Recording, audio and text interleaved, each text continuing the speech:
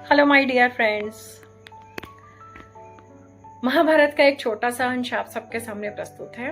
एक बारी महाभारत का ही मतलब काल था, उसमें एक बहरूपी ने कहीं से दो तोते चोरी कर लिए। अब दोनों तोते जो थे वो एक जैसे थे, बिल्कुल एक जैसे, मतलब ट्विन समझ लीजिए आप, एक जैसे बिल्कुल दिखने में बिल्कुल एक जैसे। तो उन्होंने वो मतलब कि चोरी कर लिए।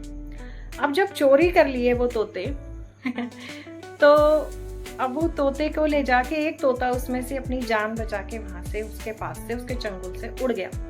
अब उड़ के वो चला गया एक ऋषि के आश्रम में, और दूसरा तोता उसने अपने पास ही रखा। वो तोता बेचारा फंस गया क्योंकि वो भाग नहीं पाया। और वो जो बहरूपिया था वो डाकुओं के साथ रहता था। तो वो डाकुओं का क्या काम होता है, मार काट गाली गलौज। तो वो ऐसे माहौल में वो तोता रहा, तो तोता सीख जाता है। जैसी भाषा आप बोलते हैं, तोता बड़ा स्मार्ट होता है, तो वो सीख जाता है। तो वो वैसी ही भाषा सीख गया। और जो आश्रम में रहता था उसका व्यवहार आश्रम के वातावरण के जैसा हो गया। तो एक बार राजा जी अपने मतलब जो उनके सिपाही थे उनके बिना ही अपने राज्य में निकले। तो राजा जी थे तो पूरा उन्होंने गहने वहने पहने हुए थे, आभूषण वगैरह। तो वो उस गलती से वो एक ऐसी जगह आ गए जहाँ पर वो तोता और वो डाकू वगैरह वहाँ पर रहते थे। तो वो तोता उस पेड़ पे था, पेड़ से थोड़ी ही दूरी पर वो डाकुओं का मतलब वो घर था जहाँ वो लोग लूटपाट जो करते थे वो लोग रहते थे। तो तोते ने शोर मचाना शुरू कर दिया, बहरूपिये वाले तोते ने। वो राजा आ गया, राजा आ गया, देखो कितने गहने हैं, इतने सारे गहने इसने पहने हैं, इसने हीरे पहने हैं, इसने जवाहरात पहने हैं, लूट लो, मार लो, काटो, मारो काटो, इसको लूट लो। ऐसे करके मतलब राजा हैरान हो गया तोते को देख के। राजा ने तोते को देखा कितना शोर मचा रहा है, राजा समझ गया किसी का ट्रेन तोता है। तो वही यहाँ से निकल भागने में भलाई है, कहीं मुझे मारी ना दे, गहने ले ले कोई बात नहीं, कहीं मुझे मारे। तो राजा वहां से अपनी जान बचा के भागा। भागते भागते राजा उस आश्रम में पहुंच गया जहाँ पे दूसरा तोता था। तो वो वहां देखता है, जैसे ही अभी आश्रम में ऋषि जी तो दिखते नहीं, वो तोता वो बैठा होता है पेड़ पे। तो वो कहता आइए आइए पधारिए राजा जी, आपका हमारे आश्रम में स्वागत है। तो आप विराजिए, और अभी मुनि जी आते ही होंगे, ऋषि मुनि आते होंगे, तब तक आप बैठिए, पानी ग्रहण कीजिए, यहाँ पर मटका रखा है, इसमें से आप जल ग्रहण करें। तो वो जो राजा हैरान हुआ, राजा ने तोते को देखा, हैरान एकदम, बिल्कुल वैसा हूबहू तोता जो अभी मुझे बोल रहा था मारो काटो, उसके जैसा ही तोता यहाँ पर है। और ये कितना सभ्य व्यवहार कर रहे हैं। इतने में ऋषि मुनि जी वहां आ जाते हैं, लेकिन राजा के चेहरे की हवाइयां उड़ी होती है, और राजा बड़ा हैरान होता है दोनों तोतों के व्यवहार को देख के। तो ऋषि मुनि जी आते हैं, राजा उन्हें कहता है भाई ये कैसा तोता है, कितना मतलब संस्कारित होता है, कितना अच्छा व्यवहार है, कितने मैनर्स हैं इसको। तो फिर वो बोलते हैं कि संगति का असर है, ये हमारे आश्रम में रहता है। तो आश्रम का माहौल क्या होता है, शांत है। यहाँ पे सभी जितने भी ऋषि मुनि हैं वो सारे शांत हैं, उन्होंने मोह माया छोड़ी हुई है और उनको किसी चीज़ से कोई मतलब नहीं है। तो बड़ा शांत व्यवहार है यहाँ पे, तो इसलिए संस्कार बचे हुए हैं यहाँ पर। राजा को बड़ा अच्छा लगता है। फिर ऋषि बोलते हैं, इसीलिए इस अभिसंच के द्वारा मैं आपको क्या बताना चाहती हूँ, क्या सिखाना चाहती हूँ, क्योंकि मोटिवेशनल चैनल है, ऐसा तो होगा नहीं कि मैं कुछ बोलूंगी नहीं। तो जिंदगी में अगर आपने कभी भी तरक्की करनी है, आगे बढ़ना है, प्रगति करनी है, तो याद रखना मेरे प्यारे दोस्तों, संगति बहुत मायने रखती है। ऐसी संगति करें, अच्छे लोगों की संगति करें, जिनके लाइफ में कुछ जो लोग बनना चाहते हैं उनके साथ रहें, जिनके अंदर कोई जोश है, जो पहले से ही मरे हुए हैं, जो पहले से ही निराश हैं, जो पहले से गलत रास्ते पे हैं, जो कामयाब नहीं होंगे, ऐसे दोस्तों का, ऐसे लोगों का साथ आप छोड़ दें। जिनके अंदर कुछ करने का जज्बा है, ऐसे ही दोस्तों का साथ रखें। संगति का बहुत असर पड़ता है।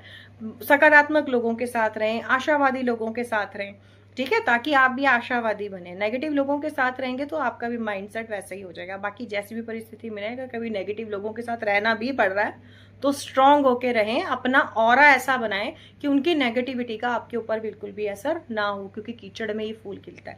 जरूरी नहीं है कि 4 लोग एक घर में नेगेटिव रहते हैं या 8 लोग नेगेटिव रहते हैं तो उस घर के 8 के 8 लोग नेगेटिव हों। एक का ऑरा इतना स्ट्रांग होगा कि उनकी नेगेटिविटी का रह उसी माहौल में रहा होगा, लेकिन वो उनसे बिल्कुल डिफरेंट होगा, ठीक है। जैसे रावण था, उन सबकी अपनी सोच थी, विभीषण की अपनी सोच थी, ठीक है, इस तरह से। और जिसने जिंदगी में कुछ करना है, याद रखना, तो वो अपना मान के चले कि आपकी संगति कैसे अच्छी बनेगी, आपकी वाणी से अच्छी बनेगी। आप अपनी वाणी में मधुरता लाएं, सबके साथ प्यार से व्यवहार करें।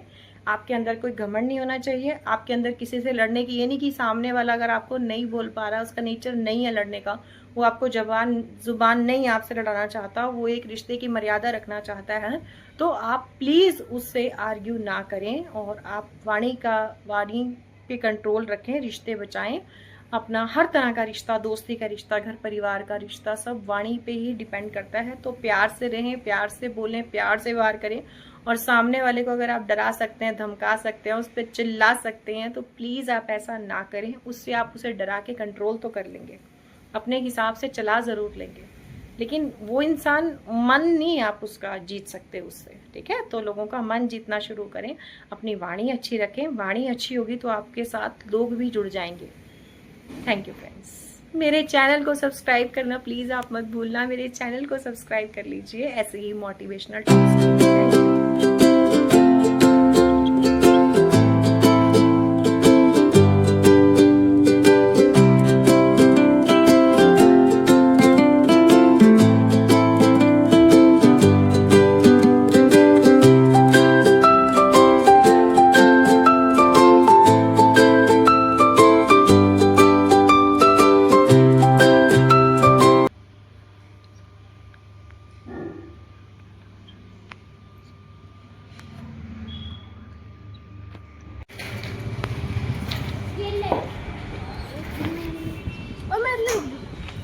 इसके बाद मैं जा रही थी खाटू श्याम जी के मंदिर, क्योंकि आज एकादशी थी। तो दो गली के बच्चे, गाय माता बाहर, लालू बैठा है, ये दक्ष जो उतार रहा है लेके जाएंगे दोस्त। गुड इवनिंग जी, गुड इवनिंग, क्या हाल है? ये दोनों बच्चे जाएंगे घूमने। दक्ष पानी पीता हुआ मैं पहुंच गई खाटू श्याम जी के मंदिर। बड़ा आनंद आता है, बहुत सुकून मिलता है बाबा के दरबार।